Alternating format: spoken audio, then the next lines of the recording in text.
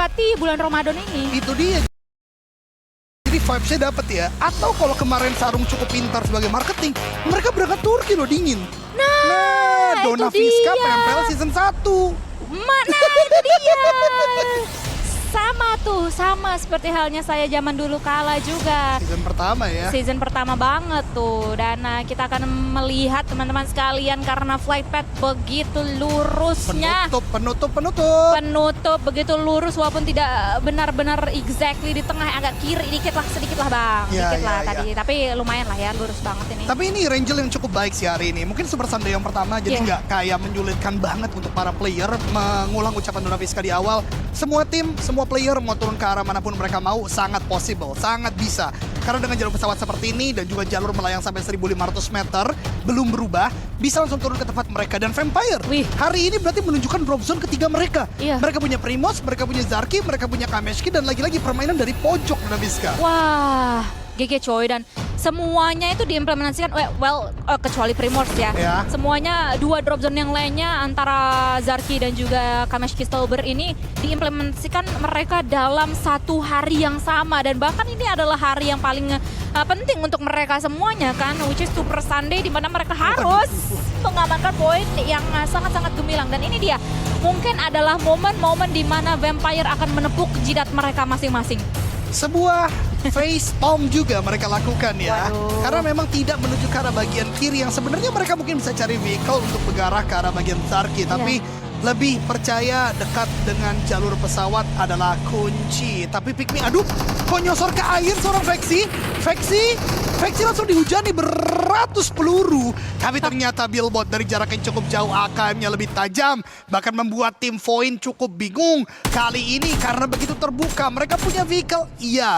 Mereka punya senjata, iya. Tapi yang mereka tidak punya adalah proteksi atas diri mereka sendiri. Bahkan seorang Maxius harus menjaga dari sebuah batu. Zeta melakukan revive dan Veksi. Ini adalah sebuah bait yang tidak merupakan bait yang dikontrol sebenarnya. Nggak sengaja turun ke arah bagian bawah, ditembaki tapi justru bisa membalikan knockdown. Iya, dan kayaknya pemain-pemain dari tim Void, gue tadi mau menyebutkan kalau misalnya mereka mungkin akan sedikit getol untuk menunggu seorang Veksi mungkin akan naik ke permukaan air karena begitu banyak investasi waktu tadi yang sudah dilakukan oleh pemain-pemain dari tim Void, tapi mereka tahu persis jikalau memang mereka sangat tidak ideal untuk berada di posisi seperti itu. Jadi langsung ciao bella saja, langsung pergi cabut guys dari cengkeraman pemain-pemain dari tim Pikmi ini.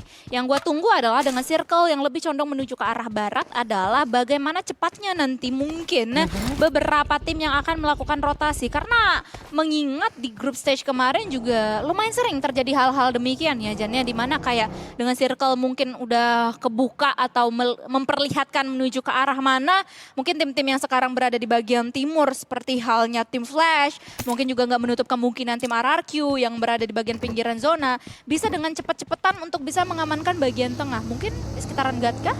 Ya, itu mungkin menjadi sebuah opsi. Bahkan belum panjang kita mendiskusikan Sam9 begitu cepat juga mereka bergerak ya. Ini satu tim yang dari awal memang agak gerasak gerusuk dari rotasinya. Mereka bahkan tidak lagi turun ke arah bagian Very PR, tidak lagi berkontestasi dalam Geek Fam Malaysia dan langsung menuju ke arah bagian tengah. Yang jadi permasalahan adalah lagi-lagi sih, tim yang ke arah bagian tengah, kuatkah mereka melakukan defense? Karena kita udah melihat bagaimana RRQ sebelumnya, kita melihat Xavier sebelumnya, karena akan menjadi central of attention. Semuanya mau ke arah bagian sana dan bisakah tim-tim ini untuk melakukan balas tembak? Tapi sebuah cue aja atau clue bahkan buat teman-teman semua, sudah banyak tim yang bergerak sesuai dengan Dona Fiska prediksi tadi.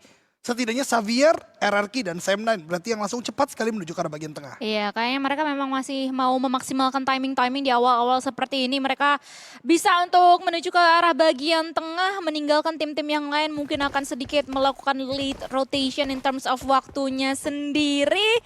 Jadi ya mereka akan menunggu tim-tim yang lain yang akan coba untuk masuk dari bagian timur tersebut. Setup defense sekuat tenaga akan mereka lakukan, apalagi mengingat nanti di stage yang kedua atau ketiga zona bisa saja keluar atau cabut dari bagian-bagian tengah tersebut.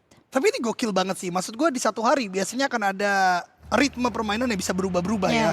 Baik itu dari rotasi, baik itu dari peperangan, tapi di hari ini di Super Sunday yang pertama kali ini sangat jelas nampak gitu loh idealisme gameplay yang terus dimainkan di sebuah tim. RRQ, Xavier, Xavier berubah lah dari Sanok memang, tapi setelahnya sama terus. Mereka ke arah bagian tengah terus berupa movement yang cepat sama dengan Ararkyo. Tapi banyak juga tim-tim yang akan tetap di bagian pojok. Vampire, Alter Ego, mungkin tim X kali ini juga bergerak dari bagian military base. Jadi hal yang menarik di PMSL untuk minggu yang pertama kali, dan gua rasa bakal banyak sekali kejutan-kejutan yang bisa berubah lagi di minggu-minggu berikutnya. Apalagi round robin juga berubah nanti ya, Dona Miska. Betul, apalagi nanti di Super Sunday juga bisa aja tim-tim yang berpartisipasi juga berubah-berubah kan. betul, Pasti betul. itu nanti. Gua harap berubah. Ya. Kenapa? Karena kalau nggak berubah, Talon nggak masuk lagi berarti. Iya betul sekali, supaya semuanya tuh bisa lah ya untuk mencicipi atau mengumpulkan poin-poin di Super Sunday-nya ini sendiri, sehingga tidak kehilangan kesempatan untuk bisa bermain di Grand Final nantinya yang akan diadakan secara offline di Malaysia. Betul. Teman-teman sekalian tadi bisa dilihat ya informasinya di bagian atau di Mall Tropicana Garden kalau gua nggak salah inget nama mallnya Di sendiri. lobby.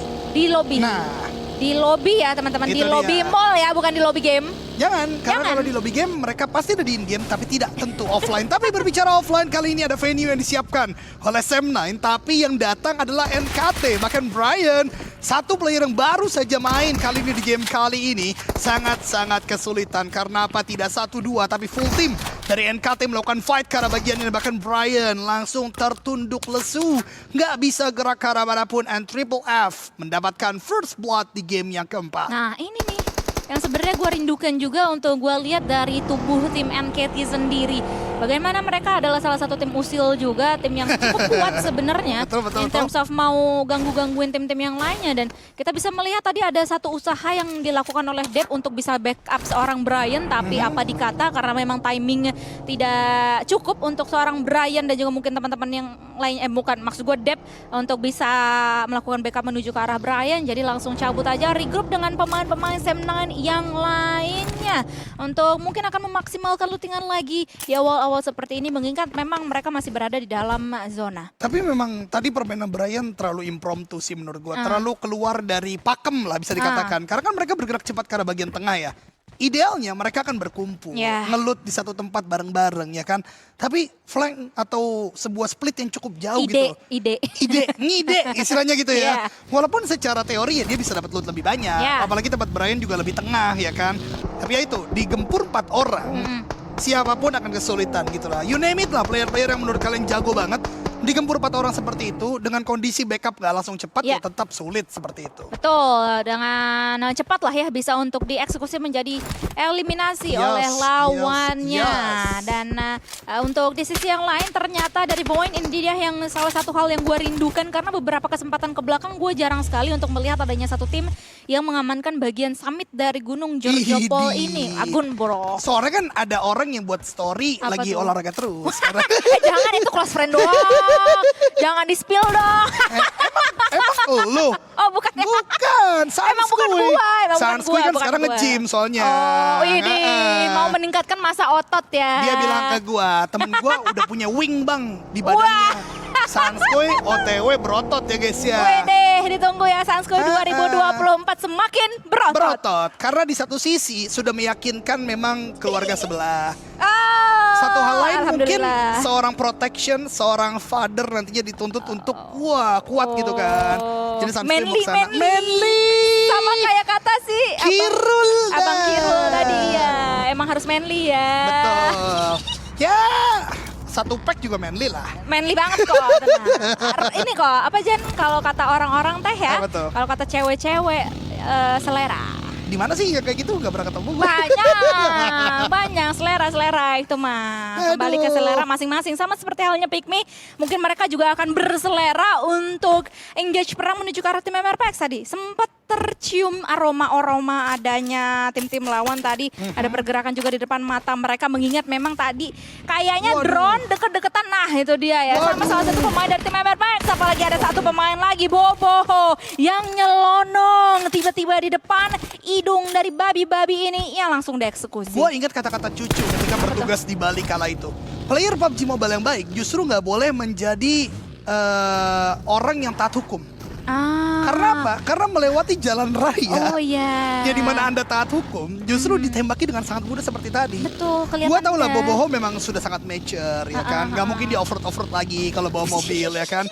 Tapi ya jangan lewat Giorgio Paul juga. Iya, Bener. apalagi jalan utama. Makanya. Itu ya, kelihatan apalagi di situ juga ada tim Pikmi. Tapi di sisi yang lain ternyata Zerja pun juga akan berhadapan dengan tim Alter Ego. Ada satu nama tadi yang muncul dari Zerja, tapi hanya ada Erzi. knockdown. Ya, Erzi hanya di knockdown saja. Masih belum ada follow up apa-apa. Dan kayaknya sih memang masih ada jarak antara mereka berdua. Sehingga fight yang terjadi antara Zerja dan juga Alter Ego tidak terlalu 100% komit. Dan kalau kalian lihat dari arah live status di sebelah kanan, satu pemain tersebut berhasil untuk di-revive dan berhasil untuk di-healing. Itu dia, medkit sudah berhasil dilakukan dan akhirnya menjadi full health point lagi. Jadi nggak ada masalah untuk player tersebut, tapi setidaknya mengambil waktu lah. Karena gue tahu Alter Ego itu selain memberikan knockdown dan kadang tidak bisa di-end, mereka justru knockdown tersebut menjadikan waktu buat mereka bergerak. Ya. Jadi ini bocoran aja di bagian map fate kita. Alter Ego udah melakukan flank, baru gue katakan ini dia dan Rosemary mendapatkan satu damage yang cukup besar. Tapi justru tim X sepertinya tadi yang berhasil mengeksekusi satu knockdown menjadi eliminasi atas tim Sersia.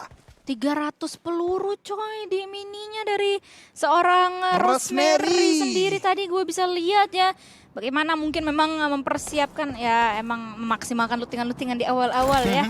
Ekstra peluru is okay untuk Rosemary sendiri, apalagi masih mungkin gue potong dikit ya, apa Don, tuh, ya. gimana tuh? Yang menjadi menarik kenapa Rosemary butuh peluru banyak, karena Rosemary berevolusi di akhir 2023 kemarin. Kenapa tuh? Nggak lagi di IBS M4 atau UMP M4, dia justru sekarang menjadi orang paling versatile, dimana ketika dibutuhkan rush dia punya M4, dibutuhkan Iya, iya, backup belakang dia punya mini. Iya, Makanya iya, iya. dua senjata yang satu peluru yang sama. Tapi kita berpindah ke arah Jimmy yang melakukan squad combat dengan player dari Xavier.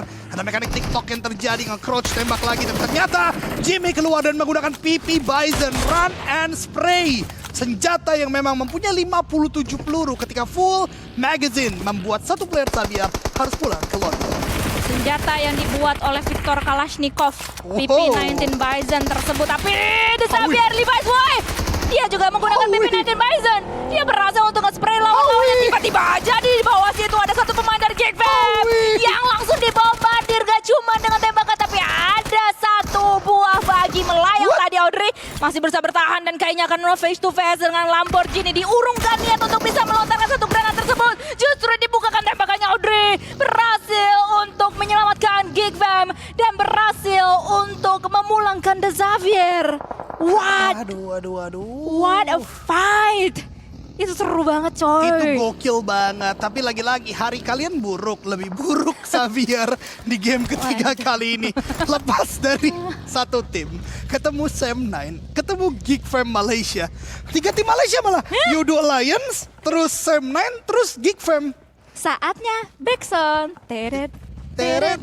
Teret, teret, teret, teret, teret, teret. Maju kena, mundur kena. Itulah Xavier. Agak beda ya tadi nadanya. Nggak apa-apa, Don. Gak apa-apa. Karena kan kita ngambil rekordan tahun 70-an. Oh kan? gitu. Emang masih itu ya, record-recordannya tuh belum WAV ya? Belum WAV. Belum MP3 belum? Belum. Itu namanya Peter Cassette. Oh gitu. Peter Cassette. Peter Cassette. Peter Cassette CD. Peter Cassette CD. Karena kan kozong makarun. Macaron.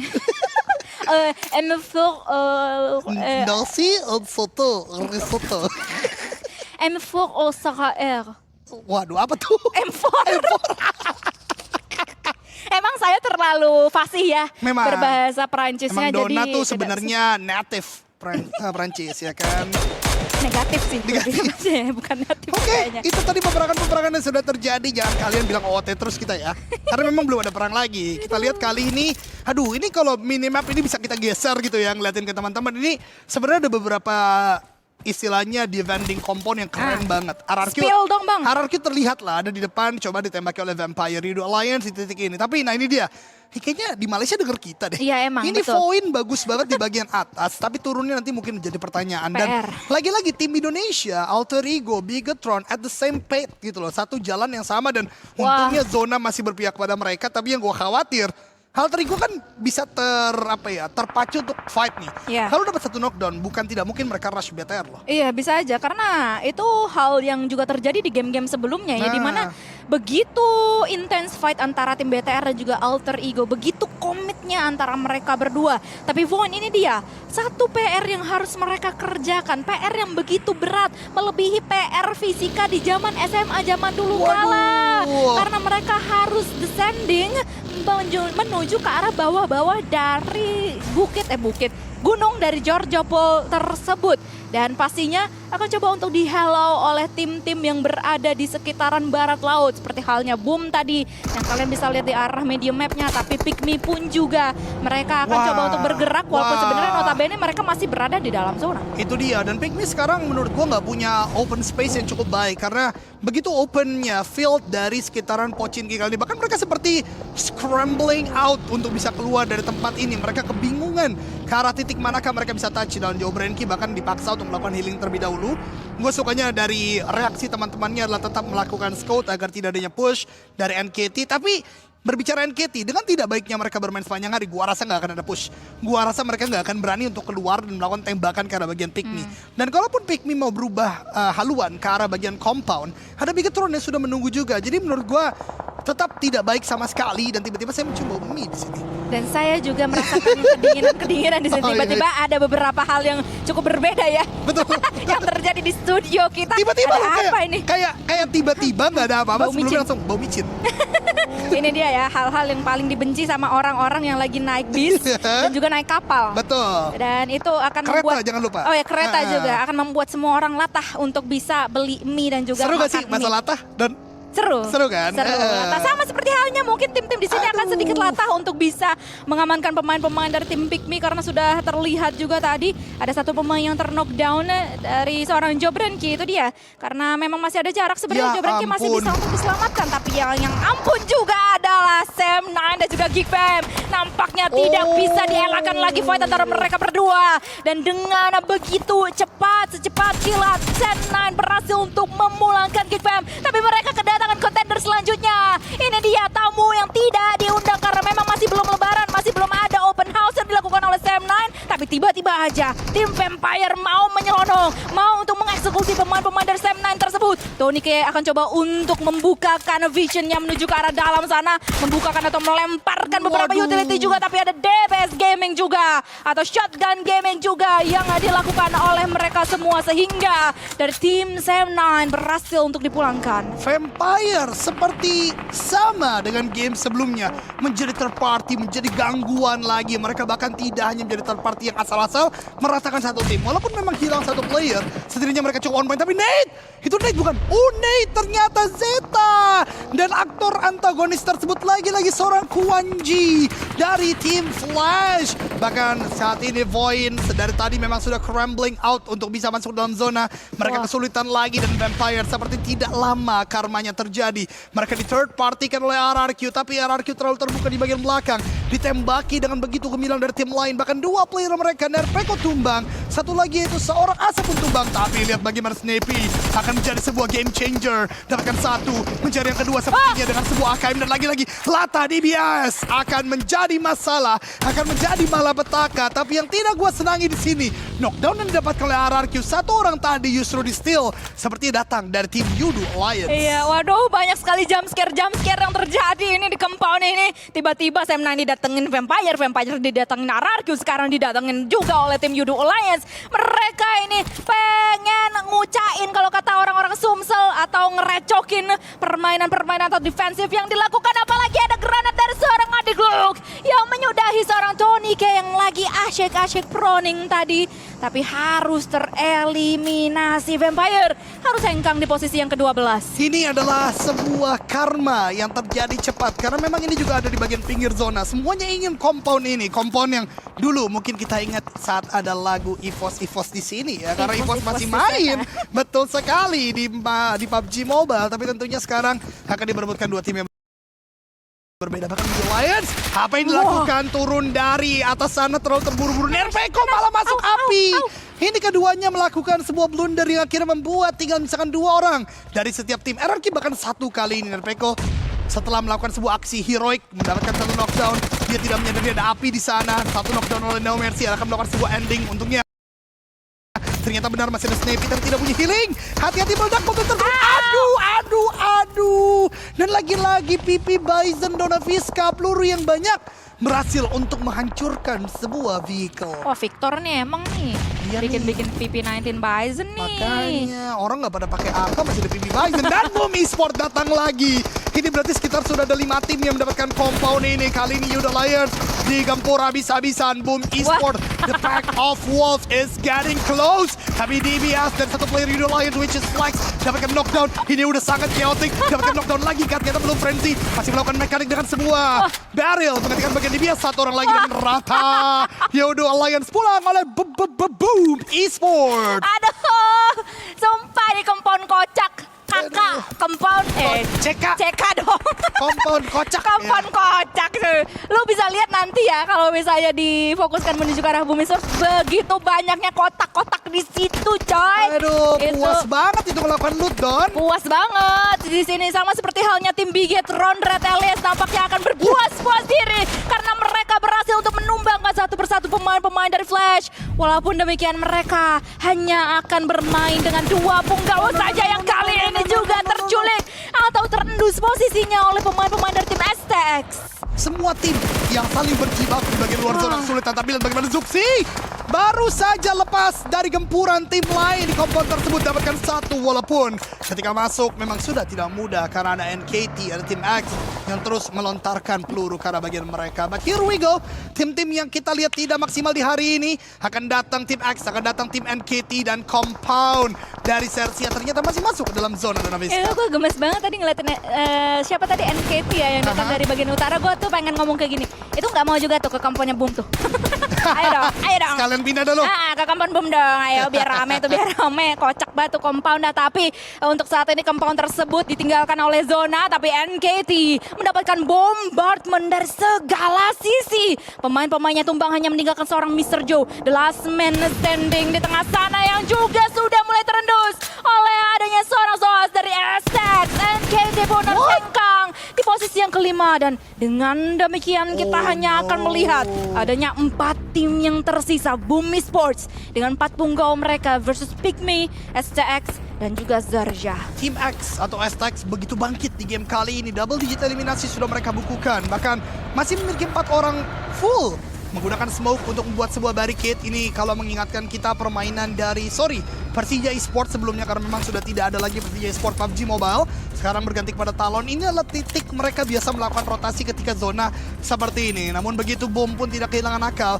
The Pack of Wolf kali ini sudah menyebarkan beberapa personalnya untuk masuk ke dalam zona. Reizi paling ujung, Tiami melakukan backup seperti dari bagian belakang, dan gua harap Boom bisa chicken di sini dan mendapatkan poin yang cukup tinggi karena secara eliminasi mereka sudah cukup banyak. Tapi tim X, STX kali ini masih menunggu dengan cukup gemilang. Pygmy masih bisa menjadi pengganggu dan gua harap itu dilakukan karena Pygmy sekarang menurut gua the only chance untuk menambah poin adalah tarik orang, dapatkan eliminasi. Sementara GK yang memang tadi menjadi satu player pengganti ke arah kawannya baru saja mendapatkan headshot namun belum berupa sebuah knockdown. Kalau ngomong-ngomong the last man standing dari Pygmy tersebut kayaknya emang lagi meta, tapi kali ini Boom Esports Yami harus tertunduk lesukan karena tiba-tiba saja dibombardir oleh seorang Zoas yang memang masih standing strong, apalagi masih ada backup yang lainnya yang akan datang dari 3 pemain dari STX yang lainnya pula yang sudah mulai melihat adanya pemain satu lagi dari tim Boom Esports, yakni Reizi akan coba untuk di-tracking dari seorang break menuju ke pemain-pemain dari Boom Esports tersebut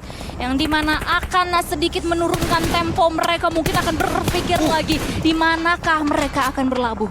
Wow, ini peperangan yang cukup panjang tentunya ya, karena memang begitu terbukanya ladang gandum kali ini dengan obstacle-obstacle yang terbatas, dan gue yakin tidak ada yang hafal berapa banyak jerami yang bisa digunakan sebagai penghalang atau obstacle. Namun lihat bagaimana para player menggunakan vehicle juga dengan sangat prima, tidak hanya menjadi transportation device, tapi juga menjadi castle, menjadi sebuah fortress yang tidak terbantahkan kali ini. Bahkan Reizi menggunakan sebuah strategi yang cukup unik, naik ke atas bagian jerami dengan smoke yang menghalanginya, melakukan tembakan, tapi sayangnya belum mengenai target yang diinginkan. Smoke lagi-lagi dikeluarkan, 7 smoke masih dimiliki oleh Reizi, jadi menurut gue masih cukup banyak. Ingat, ini masih stage yang ke-6, berakhir di stage yang ke-9, jadi tetap harus memanage utility yang dimiliki. Betul, apalagi dengan kondisi circle seperti ini, dengan open field seperti ini. Jadi managerial utility harus ditingkatkan oleh pemain-pemain yang masih tersisa.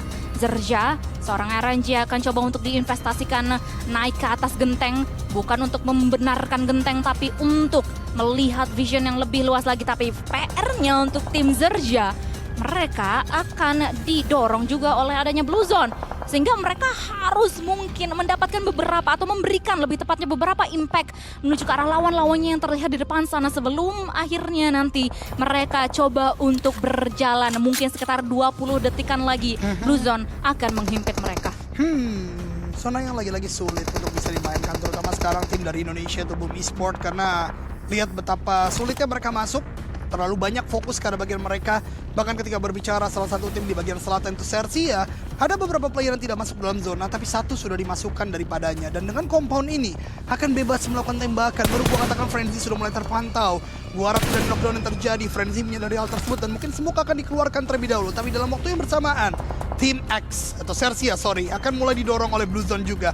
Semuanya bergerak dalam waktu yang cukup beriringan. Satu-satunya player yang diam adalah seorang Vexi dari Pygmy yang tentu tidak boleh untuk bermain terlalu agresif, mengingat hanya tinggal misalkan seorang di sana.